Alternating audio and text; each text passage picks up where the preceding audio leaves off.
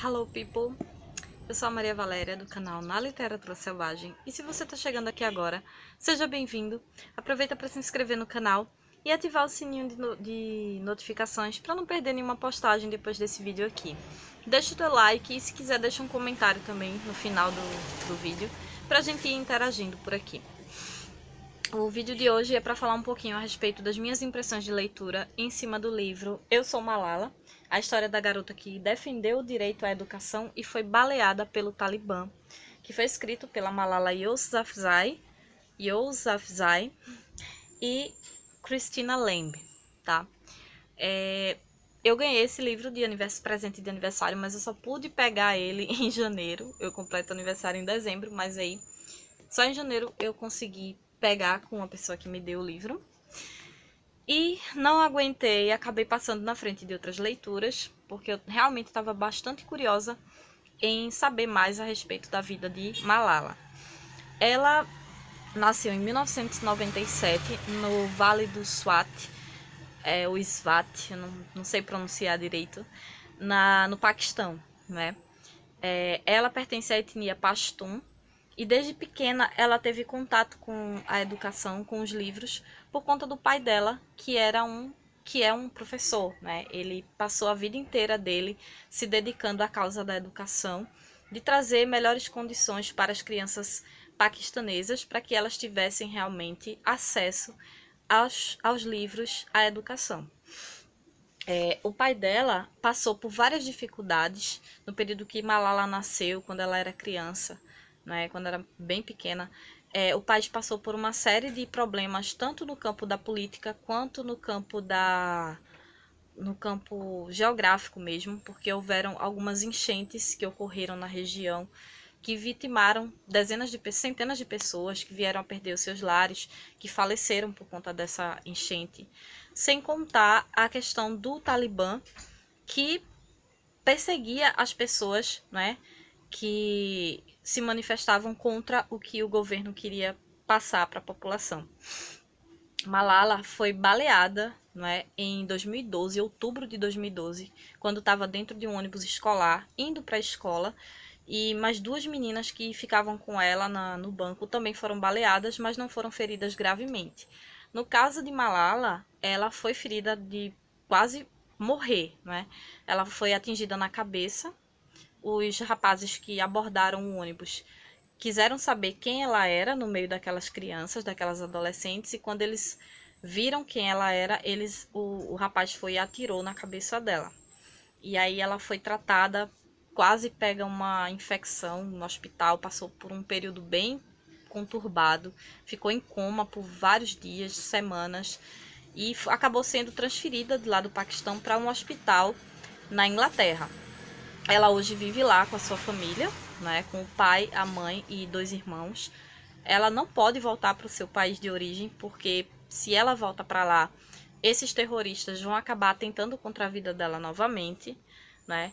E assim, a luta dela, a sua fala, desde os seus primeiros anos de infância, juntamente com o ativismo do seu pai, contribuíram para que ela fosse ouvida pelas autoridades internacionais, ela recebesse essa ajuda para ser atendida num hospital fora do seu país e que pudesse sobreviver, ter uma chance de sobrevivência. E todo esse seu discurso e essa sua luta pela educação, pela defesa da educação, de fazer com que as meninas possam frequentar a escola, tanto quanto os meninos, acabou fazendo com que ela fosse indicada ao Prêmio Nobel da Paz, e acho que foi com 19 anos que ela conseguiu. Ela foi a mais jovem indicada a essa premiação, né, pelos feitos dela, pela luta dela. Existe uma fundação hoje em dia, né, que leva o seu nome, a Fundação Malala. Eu vou deixar aqui no box de descrição os links para vocês acessarem, e se vocês quiserem conhecer mais a respeito dessa luta, que não é só de Malala, mas existem várias Malalas no planeta, ainda bem, não é? Que lutam para que a educação seja de fato um direito de todas as pessoas, de todas as crianças, né? Então, além de lidar com enchentes, com terremotos, as escolas que o pai dela tentava fazer, né? Porque assim, ele além de professor, ele chegou a abrir a própria escola. Então, ela foi fechada, ele foi ameaçado. Chegaram a bombardear várias escolas no território em que eles viviam. E a cada dia o pai dela ficava com mais medo, a família dela ficava com mais medo de que a próxima escola bombardeada fosse a deles, né? E assim, foi com muito suor, com muito esforço que o pai dela conseguia montar uma estrutura que, apesar de não ter toda a tecnologia, todo o conforto que uma escola deveria ter, ele fazia o possível para que as crianças de lá tivessem um lugar digno para estudar. Ele se endividou bastante, eles passaram por necessidades básicas em casa.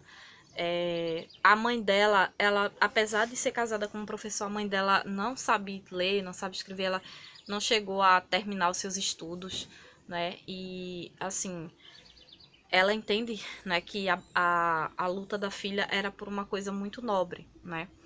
Então o Talibã, por meio da mídia, né, ficava mandando ameaças para que as escolas fossem fechadas ou eles iam lá explodir. Várias autoridades que o pai dela tinha contato acabaram sofrendo atentados fatais, né, por parte de homens-bomba, de explosões, né, de ataques mesmo, né? Então, tanto o pai dela quanto ela corriam risco de vida e a mãe dela ficava de mãos atadas porque ela não queria que isso acontecesse com a família dela, né? E chegou ao ponto da filha ser quase morta num desses atentados. Então, assim, é muito interessante você conhecer a história de Malala.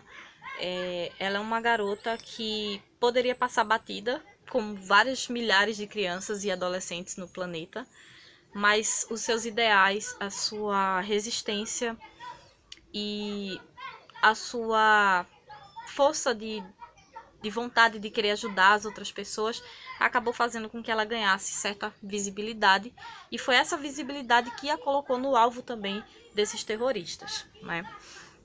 Então, vocês já leram Malala, com certeza alguém já deve ter ouvido falar nela, embora não conheça a história de fato, mas existem alguns discursos dela, eu vou colocar aqui também no box de descrição um discurso que ela fez a respeito da defesa da educação para as meninas, né?